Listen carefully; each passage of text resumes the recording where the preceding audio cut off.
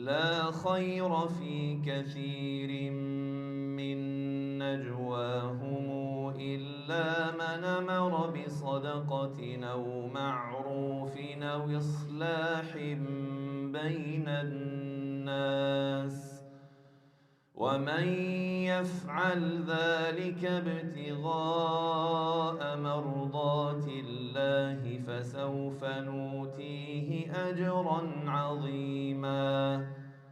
ومن يشاقق الرسول من بعد ما تبين له الهدى ومن يشاقق الرسول من بعد ما تبين له الهدى ويتبع غير سبيل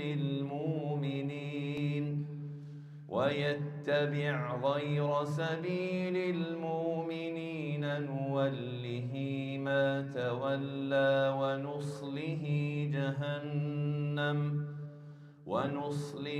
جهنم وساءت مصيرا.